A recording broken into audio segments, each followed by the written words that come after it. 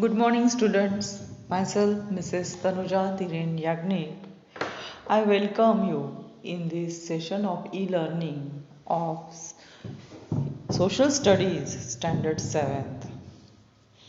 In this session of e-learning, children, we are going to study Civics 6th lesson, that is Directive Principles of State Policy and Fundamental Duties. Before we start with the sixth lesson's explanation, let's revise what did we study in lesson number 5. In lesson number 5, Fundamental Rights Part 2, we had taken information about right to freedom of religion. In that, we have studied how the religion of freedom or the free Indian can choose according to their wish.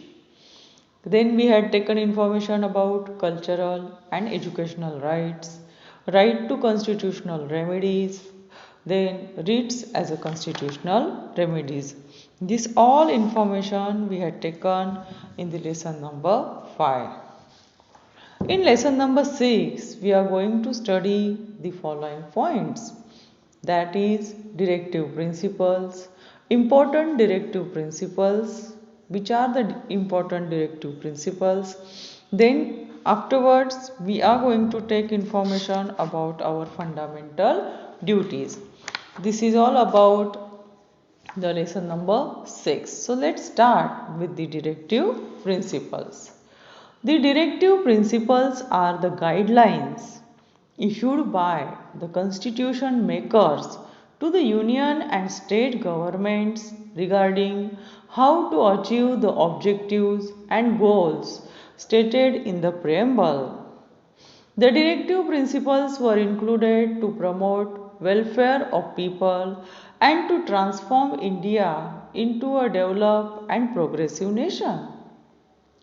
The directive principles are not binding on government, but they are expected to implement these principles slowly and steadily while formulating policies.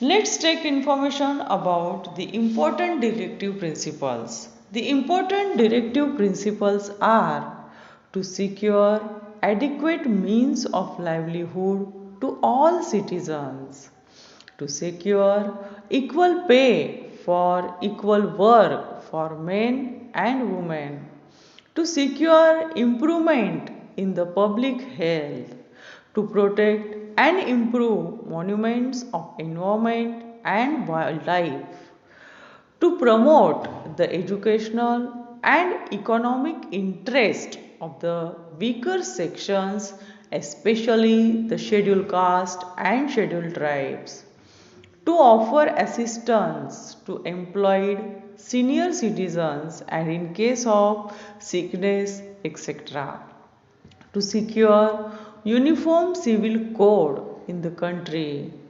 Directive principles and fundamental rights are two sides of the same coin as they create an atmosphere conducive to the growth of democracy. These are some important directive principles.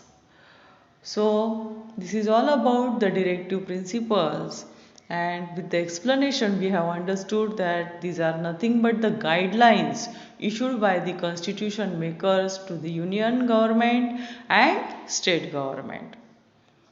The second part of the lesson is about the fundamental duties, fundamental rights, and fundamental duties. These are the two sides of the same coin as they create an atmosphere conducive to the growth of democracy.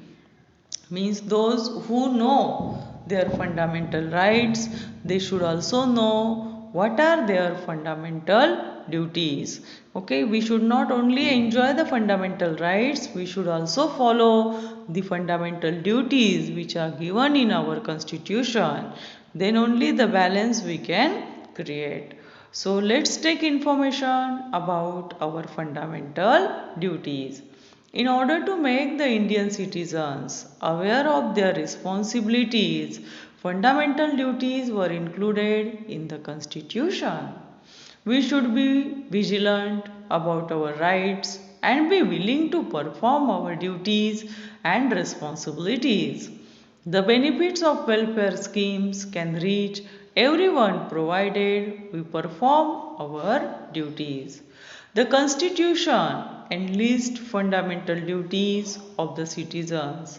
Let's take information about some of the fundamental duties: to abide by the Constitution and respect the national flag and national anthem, to defend the country and render national service, to protect and improve natural environment, to safeguard public property and to abjure violence, to preserve the rich heritage of our composite culture, to cherish the noble ideas of the freedom struggle, to protect, uphold sovereignty, unity, and integrity of India, to promote harmony, spirit of brotherhood, and respect dignity of women, to develop scientific temper, spirit, and inquiry and reform, to strive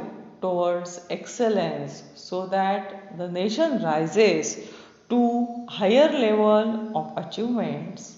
As a parent and guardian should provide education to child between the age of 6 and 14. These are of our fundamental duties. So we should not only enjoy the fundamental rights, but we should also follow the fundamental duties which are given in our Constitution. This is all about the lesson Directive Principles of State Policy and Fundamental Duties. Let's again revise which are the points we have covered in this lesson. Directive principles. Then we had also taken information about important directive principles. Afterwards, we have taken information about fundamental duties. After this, I am going to give you one small assignment which you are going to write in your classwork notebook. Till that time, bye bye, take care, stay home, stay happy. Thank you.